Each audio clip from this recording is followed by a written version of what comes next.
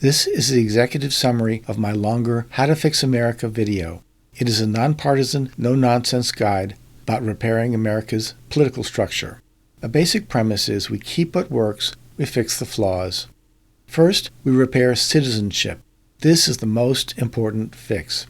Citizenship is like the glue between people and the government. Americans must become real citizens.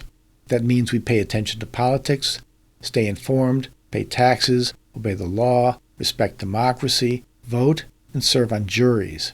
We talk regularly with each other about current events. We buy paid subscriptions to legitimate news sources.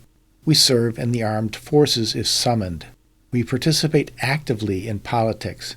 We make our citizenship duties to be as simple and painless as possible while insisting on a minimal amount of time and effort. We define the duties of citizenship in the Constitution. To move away from identity politics, we vote for political parties rather than individuals. We don't vote for somebody because they have a similar skin color or ethnic or religious background. Rather, we vote for a political party that wants what we want. We shift from winner-take-all voting to party proportional representation on the state level. When we move from a two-party system to a multi-party system, the legislature will more closely mirror the voting public. Our representatives will want what we want. They'll solve the problems that we want solved. Instead of only two mainstream parties, there will be 4 or 5 or 6 or more parties, with much less risk of political polarization. The quality of debate will improve. The proposed voting arrangement will eliminate gerrymandering.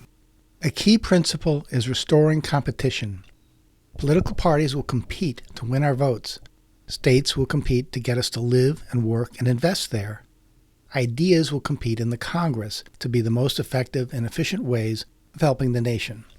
What has happened is that in-office politicians have crimped competition so that they can keep getting reelected. An idea related to restoring competition is term limits. This is necessary to keep out career politicians out of Congress. Representatives will serve 2 years in and then 2 years out for a maximum of 6 years in total. So every 2 years there will be a new batch of representatives, as if Congress is periodically refreshed. A similar 2 years in, 2 years out for 6 total years will apply to the office of the presidency. A core principle is the distribution of power. The modern presidency is too powerful, so the proposed arrangement distributes power to competing branches of government. Each branch of government should have one basic task. We define that task clearly. We establish checks and balances to make sure that each branch sticks to its one proper function. At the same time, we need stability in the national government, so senators and foreign policy officials will not have term limits. These branches need experience to work properly. They'll counterbalance the inexperience of the House of Representatives. The Senate and Presidency. We fix the Senate skew in which rural states have disproportionate representation by changing the function of senators. Instead of having legislative power, the 100 senators will run national administrative agencies like the FBI and the Treasury and Justice Departments. Senators will be chosen by their state governments, and this returns to the original arrangement. At the end of each 2-year term, outgoing representatives will have worked with various senators. They will assess the characters and competence of the various senators. They'll choose one senator to be the president. The president will run the domestic national government for the next 2 years. They won't be learning on the job. They'll be experienced. The Supreme Court. The jurisdiction of the Supreme Court will be limited to domestic cases only. They will no longer have the power of judicial review because it turns judges into legislators and infects unwanted partisanship into jurisprudence. They will have 15-year term limits. We keep the basic principles of democratic Republican government, rights and laws, free and fair elections, checks and balances, representative government, majority rule, equal rights, one person, one vote, trial by jury, and national self-determination. Federalism. We restore federalism by moving much regulatory authority from Washington to the 50 state governments. States will compete to regulate better, to to attract residents and businesses and professionals, and this will bring huge freedom to people. Transfer payments such as Social Security will be shifted to the states as well. This will limit out-of-control entitlement spending and corruption. Some issues such as water management and interstate trucking will be better managed at the national level by Washington, so if half or more state governments consent, such regulatory authority will shift back to Congress for 20-year periods. Statecraft.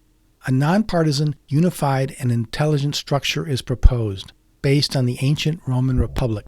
The State Department is elevated to be a separate and autonomous branch of government with exclusive control over foreign policy. It will have 3 branches, 101 advisors who monitor world affairs, a head of state, and a military court to adjudicate international cases. This arrangement will prevent partisanship from infecting foreign policy. The nation will be better able to adhere to long-term plans, to avoid war, to protect allies, and to thwart enemies. Checks and balances. Numerous checks and balances are proposed to limit dangerous concentrations of power, and these are detailed in the longer video. Ultimately, all power comes from the people. The proposed structure fixes serious flaws with the current political architecture: apathetic citizens, gerrymandering, the Senate skew, runaway budgets, a deadlocked Congress, rampant partisanship, the two-party system, haphazard foreign policy, identity-based politics, career politicians, underfunded journalism, extended election cycles, burdensome national regulations, a too-powerful presidency, a partisan Supreme Court, electoral college distortions. The proposed structure fixes these serious flaws. It is a much better arrangement. It keeps the good stuff, it fixes the flaws. This public domain video has been a short synopsis of my longer video of How to Fix America. It covers many choices, but it doesn't explain the reasoning behind these choices. It is like a newspaper with only headlines. I highly recommend watching the longer video. Thank you for your attention.